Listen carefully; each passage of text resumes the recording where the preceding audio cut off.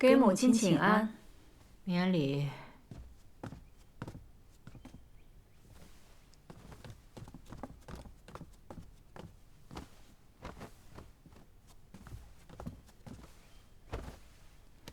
给祖母请安。请起。谢祖母。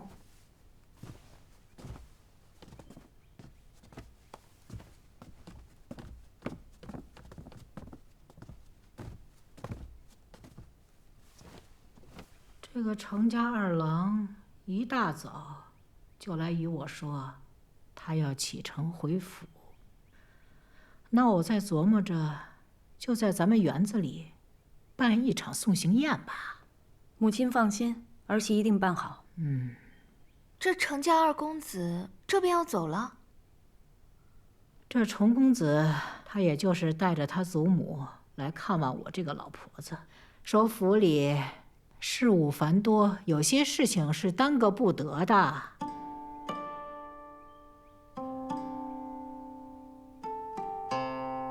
行了，我和海如有重要的事要说，你们回吧。我们先退下了。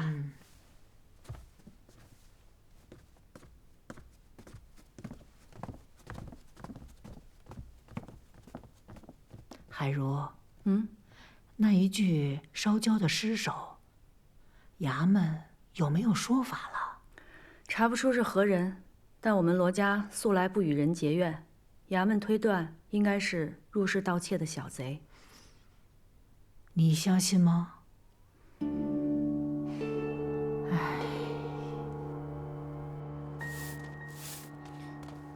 七姑娘，我们家公子近日身体有些不适，正在休息。身体不适？哎，七姑娘，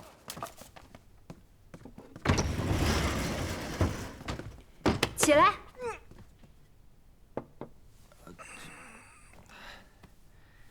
怎么了，七妹？你们先出去。没事，出去。是。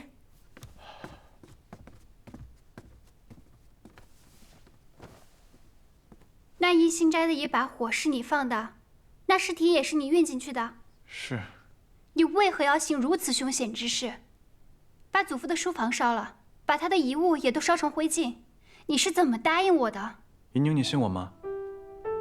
我信你，但是你所做之事我实在看不懂。我这么做，就是在为了罗府好，为老夫人好。你还是少打听，知道的越多，对你越没有好处。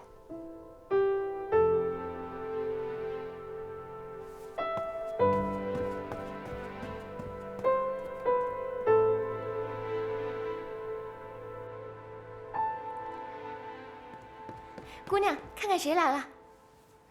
姑娘，青渠，你可回来了？这一路上可还好？一路上还算顺利，我结识了曹帮2个张家兄弟，帮了我不少忙。曹帮？我也是半路才遇到他们的。当时哥哥受伤了，我救了他，他们为了感谢我，就一路上护送我回来。姑娘放心，此2人很可靠。你素来谨慎，我自是信你的。那个孟大夫在哪儿？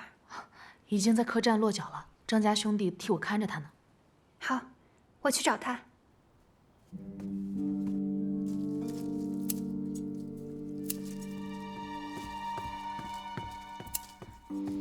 小娘，青渠回府了。他在海棠院逗留片刻后，七姑娘跟他一同离府了。让五爷跟紧了，这事儿务必办好。是。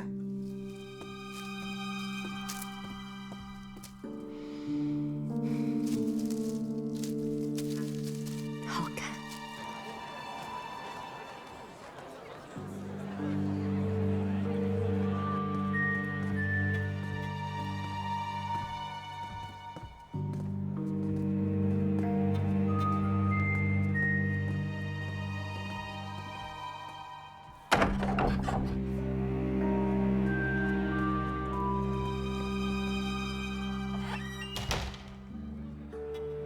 公子，那个乔武已经在楼下张望半天了，我要不去把他收拾了吧？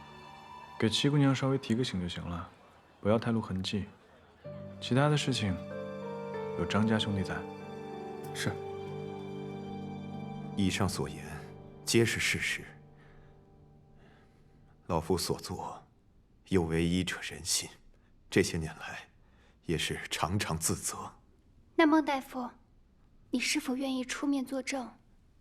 那是自然，要不然我也不会跟着青曲姑娘进京了。孟大夫，那就麻烦您了。哎呀，哪里。二位慢走，得空您再来。哎，客官，里边请，里边有雅座。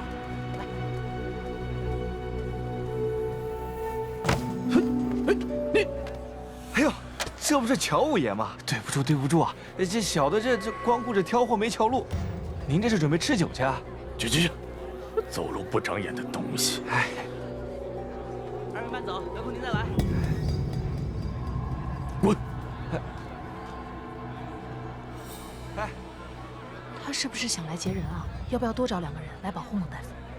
不用，不要让张家兄弟跟孟大夫跟得太紧。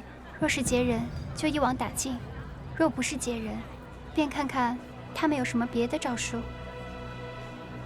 走吧。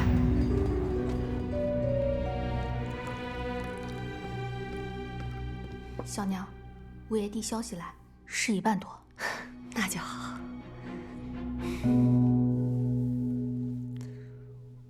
大姐姐身体总算是好些了，都能出来散步了。前几日我去见了你几次都没能见着，可把妹妹担心坏了。还要多谢吴妹妹的安神香，有心了。对姐姐有用就行。大姐姐可是为了程公子病的。吴妹妹，我就是偶感风寒，此事以后别再提了。其实大姐姐你也不用灰心丧气，兴许还有机会呢。程公子马上就要走了，此事以后别再提了吧。是我多嘴了。那是在做什么？林大娘子请了如今京城内最火的戏班子来助兴。程公子毕竟是贵客嘛，宴会也得热闹些。是啊，这府中好久没有这么热闹了。我们去瞧瞧，走吧。哎，这是什么？这罗带绣工不凡，尤其是这上面的兰花，绣法繁复，这可不是一般人能用的，怎么会丢在这儿呢？这七叶兰花。小生莲青见过2位姑娘，姑娘手中的罗带是对小生很重要之人所赠之物，请姑娘归还。你就是莲青？正是在下，还请这位姑娘归还。多谢。这莲青是谁啊？这莲青可是如今京城内最有名的杂剧伶人，她一出台，可谓是万人空巷呢。只是这么精致的罗带，怎么会是她的东西呢？大姐姐，这罗带我看着有点眼熟，好像见七妹妹用过。什么？这话可不能乱说。会不会是你看走眼了？也许吧。大姐姐说的是，兴许是我看错了。行了，此处人多嘴杂的，咱们还是快点走吧。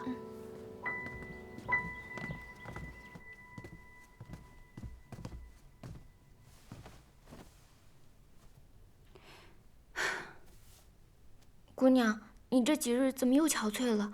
可是哪里不舒服？没事，我就是觉得有些头疼。这宴席马上就要开始了，您要紧吗？可能是因为昨夜雨太大，有些受凉了吧。你让厨房做一些姜汤，直接带到宴席就好。好，那我先帮您梳头。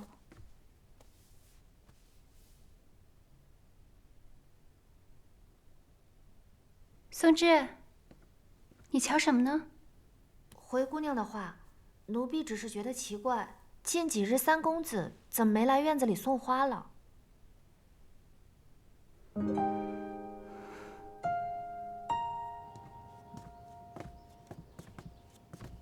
姑娘，昨夜刚下了雨，今日天气又凉了许多，您的身子受得住吗？你去给我拿一件披风过来吧。是。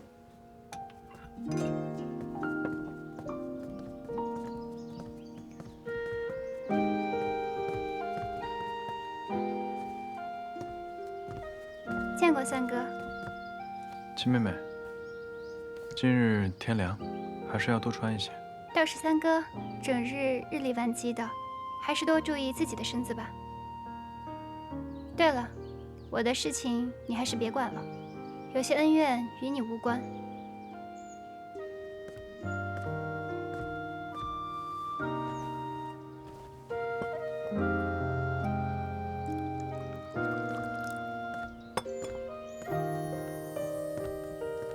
公子，七姑娘这话是什么意思啊？莫不是她已经知道了你在外面忙她的事儿？别多事儿。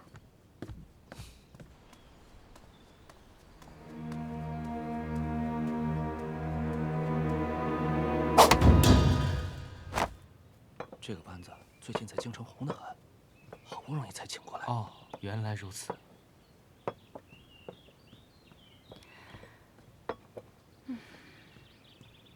母亲，祖母什么时候来？我好饿呀！再等等吧。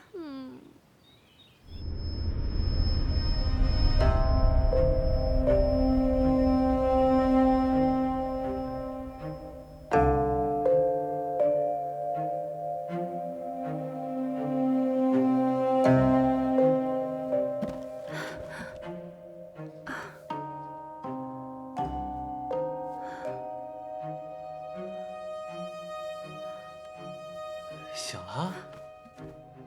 你是谁？我是谁？七姑娘竟然还不知道？这定情信物都送我了，你说我想干嘛呀？我当然是要……哎，七姑娘，你要去哪儿啊？七姑娘，七姑娘，七姑娘，嘿，你要去哪儿啊？七姑娘，七姑娘。哎，七姑娘，七姑娘，七姑娘，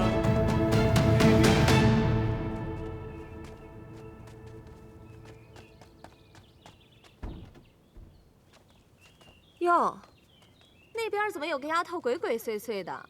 干嘛呢？好像是怡宁房里的小丫头。瑞香，把她叫过来问问，看看怎么回事。是。你过来！哎，你跑什么呀？走，快说你在那干嘛？七姑娘让我在偏院门口守着，若有人来了，立马去告诉他。你这话是什么意思？你家姑娘现在在何处？就在里面。就七姑娘一个人在里边？还有一男子。七姑娘，我可想死你了！伤风败俗的孽女，给我滚出来！怎么是你？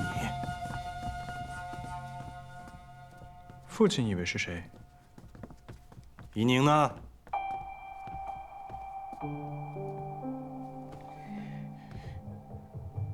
父亲，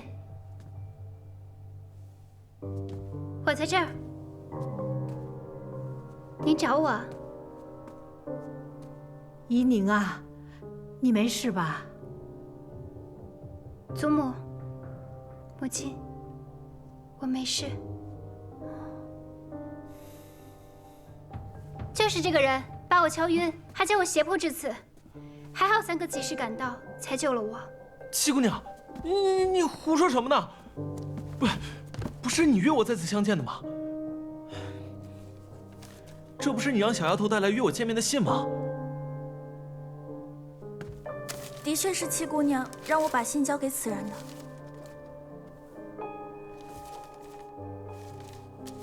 自拈罗带结同心，暖处偏知香气深。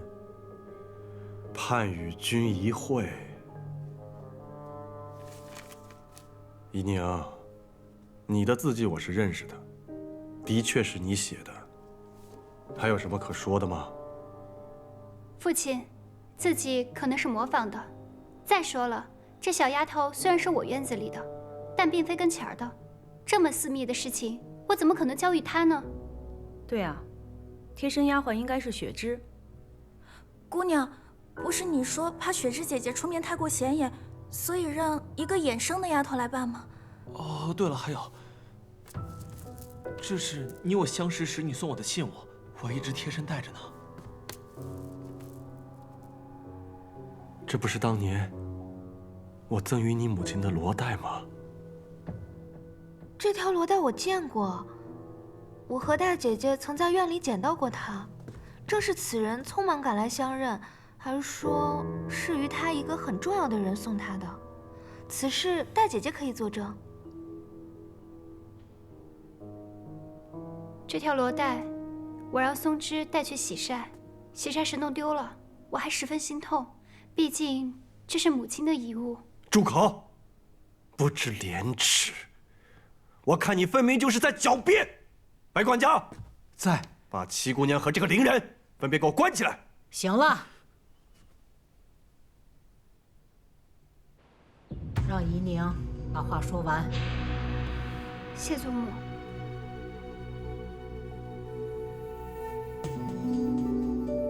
我何时赠予你这罗带？远景阁那日，有贼人生乱，你迷了路，是我救了你。你是如何救我的？那日天气极好，你穿着一件淡黄色的被子，格外的好看。你感激我相救之情，咱俩一见倾心。你赠了我罗带，许下白首盟约，就让我来罗府寻你啊。那日是我救了七姑娘，何时见过你啊？淡黄色的被子。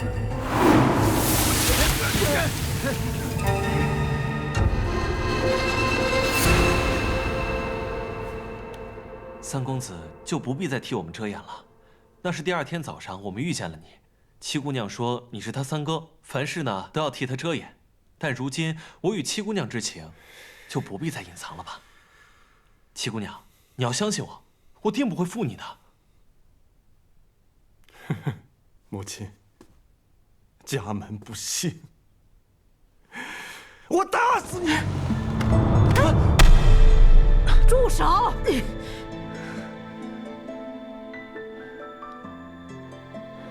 能动动脑子吗？此事疑点甚多，还没问清楚呢，你就动手。母亲，如今人证物证俱在，如果再问下去的话，就是丢咱们罗家的脸。你说你在远景阁何处救了他？当日那么乱，你又是如何脱身的？那日太暗了，这具体在何处，我也记不大清了。太暗？你刚才不是还说天气极好吗？还有，你刚才说你救了我，可是，在当日北面桃林遇难，南面桥洞下躲雨的事情，你却一件都说不出来。对，我就是在桃林救的你，然后带着你一路跑到南面桥洞下。那时你衣衫还淋湿了，是我生火烤干了你的衣裳。你见我有君子之风，于是要托付终生，这才送了我罗带嘛。远景阁北面是汴河，哪儿来的桃林呢？南面才是桃林，可没有桥洞，而且那日哪来的雨？你这个戏子真是阎罗王出告示，鬼话连篇。说吧，谁让你诬陷的七姑娘？我第一次去远景阁，那日又乱，具体我记不清了。但这罗带确实是七姑娘赠我的。父亲，这罗带与您送我母亲的不是同一条，您仔细看看。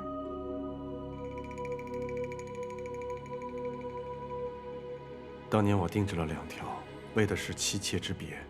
送给你母亲的是7叶兰花，送给月蝉的是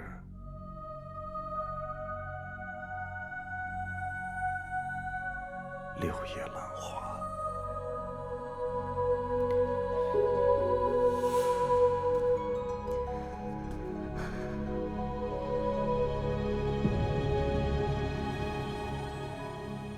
这是我的罗带？不可能，这怎么可能是我的呢？这一定是有人偷了妾身的罗带啊！老爷，你一定要替妾身做主。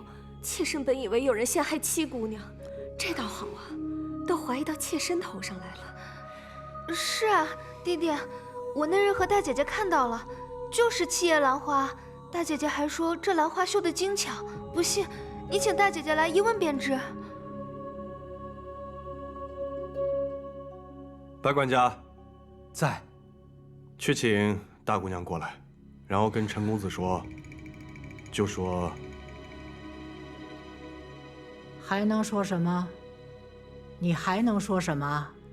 就说我又病了，宴席往后推，望其海涵吧。是。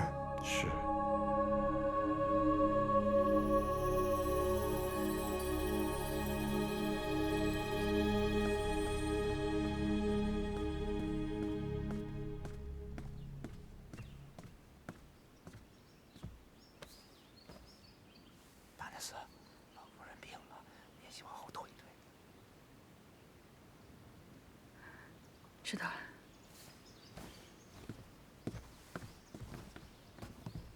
程公子，老夫人突然病倒了，这宴席恐怕要改日了，真是对不住。老夫人病得可要紧，我去看看吧。不劳烦程公子了，现在老夫人的院子里全是人，我也得赶快去伺候着。既是如此，那我也不便多叨扰。今日我就离府，烦请陈大娘子替我转达。多谢程公子。秀儿，你跟山哥快回院子去吧。啊，我也想去。哦，走吧。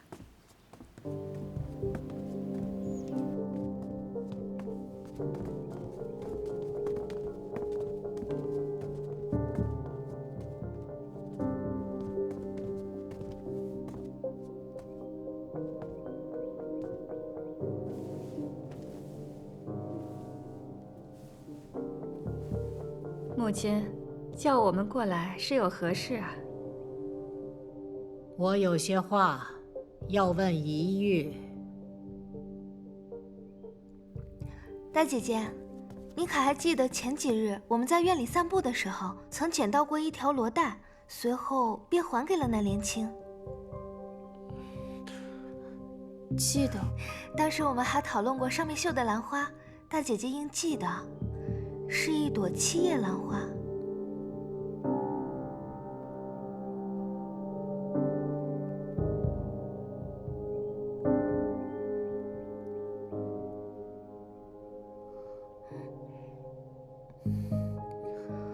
我只记得是一朵兰花，但忘了是几叶了。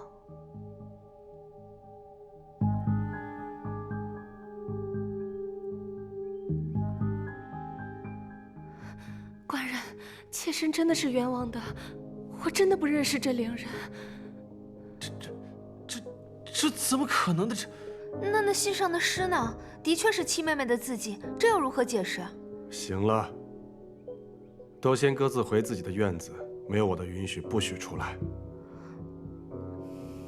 至于这个伶人，不如报官吧。啊，让府衙的人用刑审问，还怕他不说实话吗？还嫌不够丢人吗？报什么官？那官人这意思，不审了。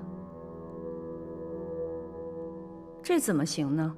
必须还我们怡宁一个清白。大娘子此话差矣，此事未有定论，妾身也是清白的。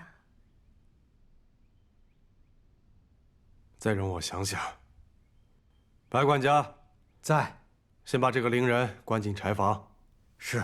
弟弟，那我先扶小娘回房了。站住！若是父亲觉得理不清头绪，便听女儿捋捋。千瞿，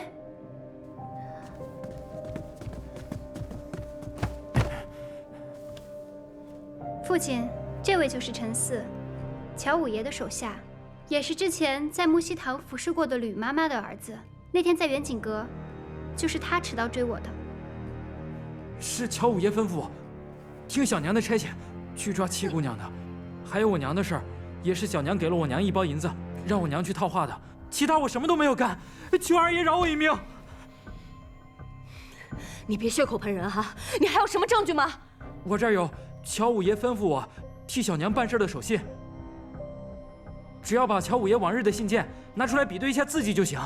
字迹亦能伪造，谁知道是不是你买通了人，特意陷害我小娘的？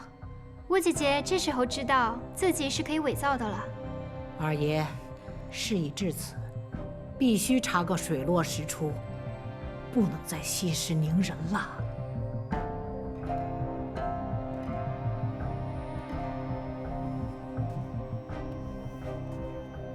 但凭母亲吩咐。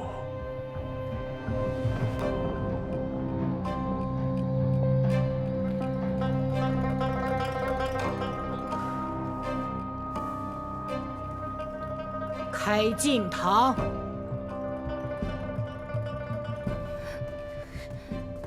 母亲，那我也先带宜玉回去了。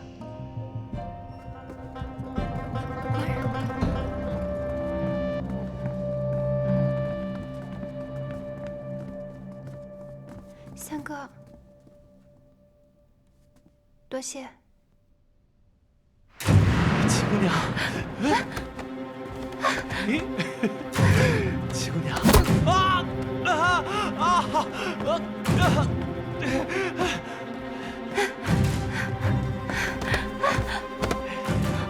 七姑娘，七姑娘，你去哪儿了？七姑娘，干什么？七姑娘，我要换轮胎。七姑娘，七姑娘，七姑娘，哎，七姑娘，你喜欢玩这个呀？七姑娘，七姑娘，七姑娘，七姑娘，摸到你的手了，七姑娘。哦。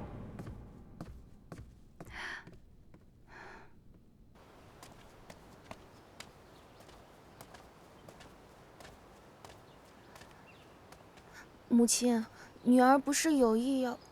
玉儿，这件事情你做得很好。二房那些鸡飞狗跳的事，我们大房尽量不去掺和。你不愧是我最乖巧懂事的孩子，果然没有让我失望。是，女儿谨记母亲的教诲。你是说？那个像花匠一样的罗三公子，有可能是远景阁和舅舅对阵之人。远景阁那晚正巧出现一男一女，而那女子的确穿着一件淡黄色的衣服。此事，先回去和舅舅禀报了再说。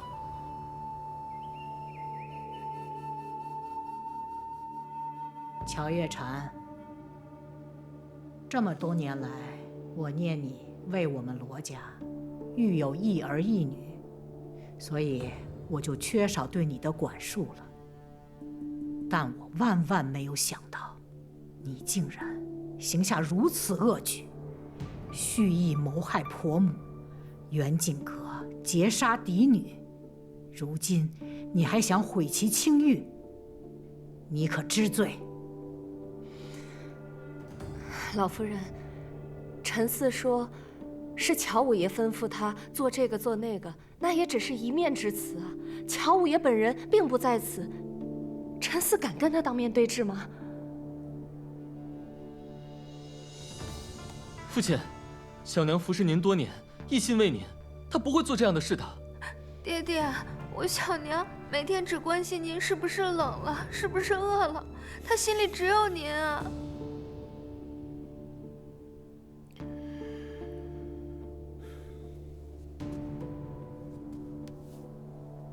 母亲，月禅所言也有道理，不如我们找到乔武，让他们当面对质一番。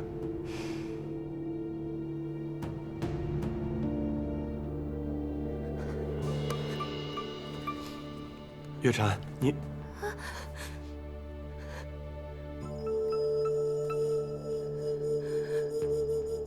白管家，在，去请大夫过来。是。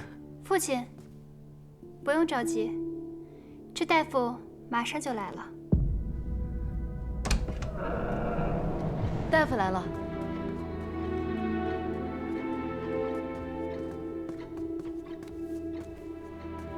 陈大夫。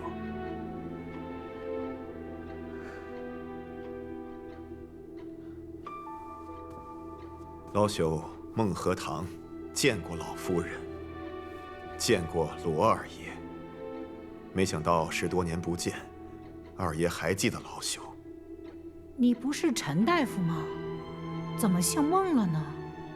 此事说来惭愧，老朽姓孟，扬州人士，只因乔小娘不愿让旁人知道她和老朽是旧相识，故谎称姓陈。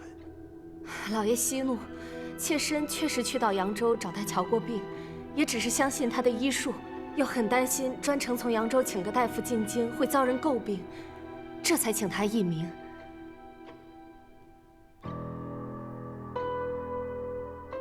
老朽几次进京，曾先后为乔小娘保下了2胎，但有一胎，奈何乔小娘心事过重，伤及了胎儿。老朽虽尽了全力，还是功亏一篑。乔小娘为了不让老朽说出此事，亲自买了宅子，赠予老朽。老朽一时迷了心窍，便照他吩咐所说，滑胎是七姑娘所做，老朽对不住七姑娘。乔月禅呐，乔月禅，你自己保不住你的孩子，居然嫁祸于人，嫁祸于一个小姑娘，居心何其毒也！可怜的怡宁，因为此事被赶去了别院，一去就去了10多年，这些都是拜你所赐。你这是诬陷，你就是诬陷！你说我送你宅子，你有何证据？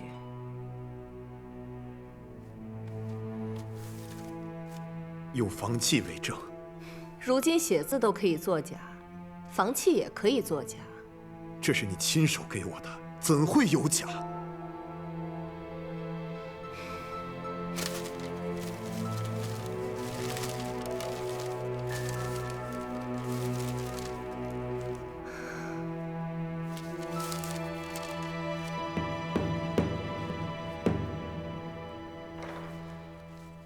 房契上写的是庚子年的4月初5，那日莲儿生了场大病，我去寺庙如素祈福，官人担心我腹中的孩子，亲自陪我去的寺庙。我记起来了，那天是立夏，正好是4月初5。你还说过，若孩子出生可取夏字为名。幸好你记得，否则我还真成了有罪之人。只可惜啊，这作假之人还让我分身去取了房契，亲手送给了孟和堂。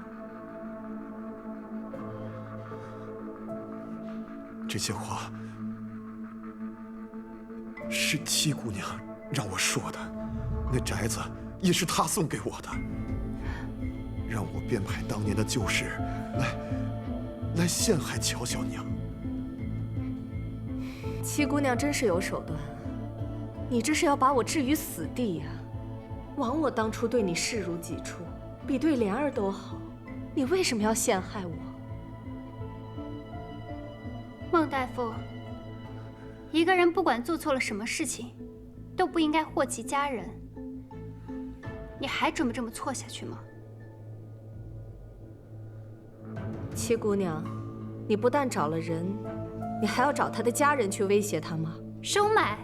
威胁、利用，这不就是你乔小娘最惯用的手段吗？请取。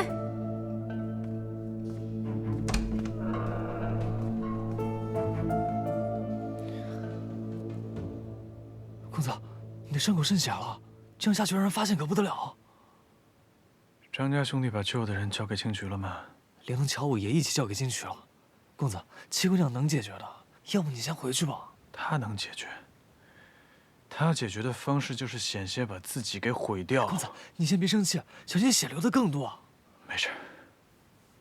哎，公子，你没事吧？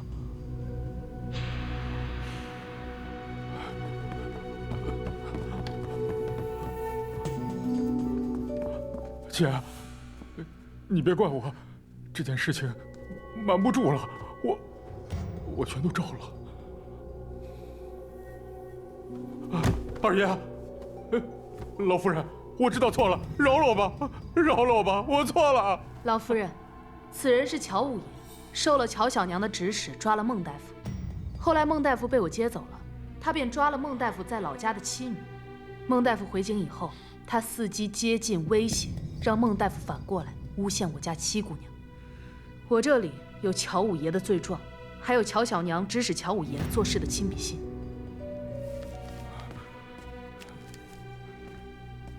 还有她，是乔小娘院子里的李妈妈。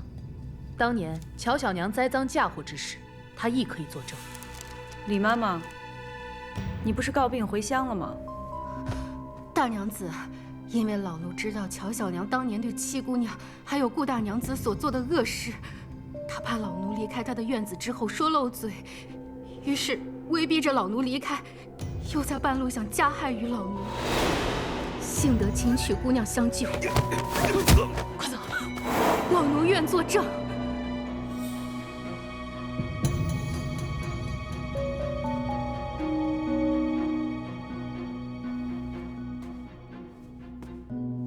孟大夫，事已至此，你还不想说实话吗？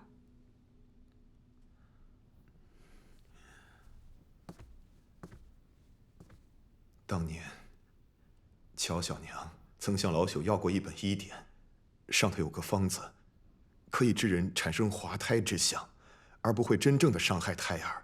老朽也是后来在药渣当中知晓此事的。可当时顾大娘子已然离府，老朽也不便再多言。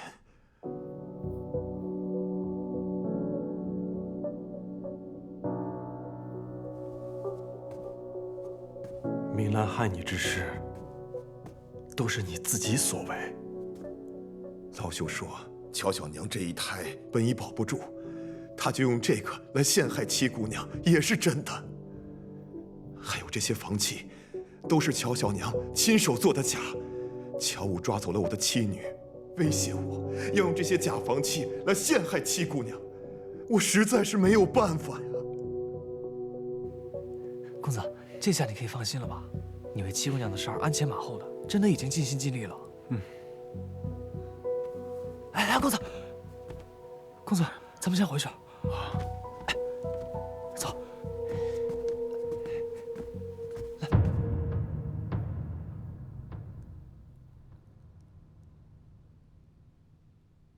罗姨娘，当你进府第一天，这一幕就是你盼着的。你如愿以偿了。乔小娘，这句话应该是我问你吧？自打我回府以来，你就一直算计，却没想到搬起石头砸了自己的脚。我哪算得过你？仗着罗家嫡女的身份，作威作福，那也比不上小娘心思歹毒。先是害了我母亲，如今又想害我。今天的这一切，都是因为你咎由自取。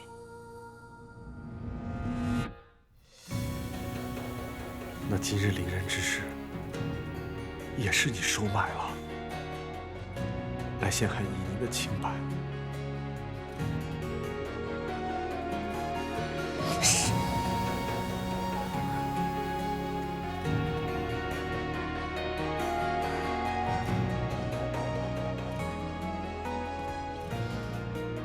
月禅，自从你我初相识起，你便善解人意，知书达理，我视你为知音呐。可你为何变得如此的恶毒？为何？这么多年，我给足你银两体面，我从来就没有亏待过你。为何不说话？你说话呀！你说话呀！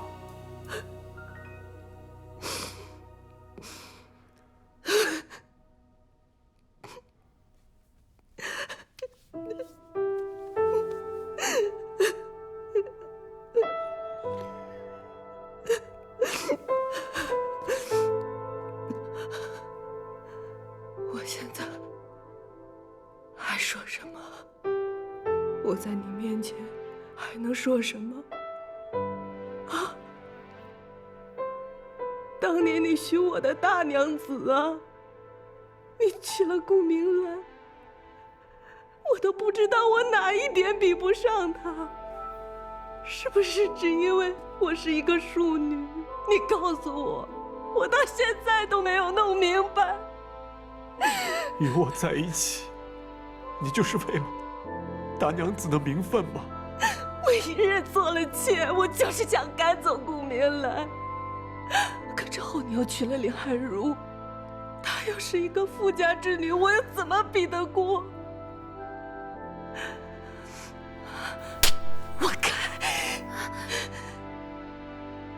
我是有错，可是我千错万错。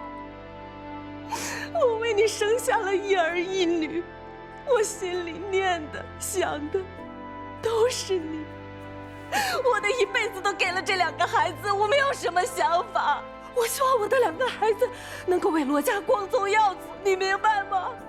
我一生都很好强，我是错，我是输，我的孩子不能输。罗成章，我们的孩子不能输啊！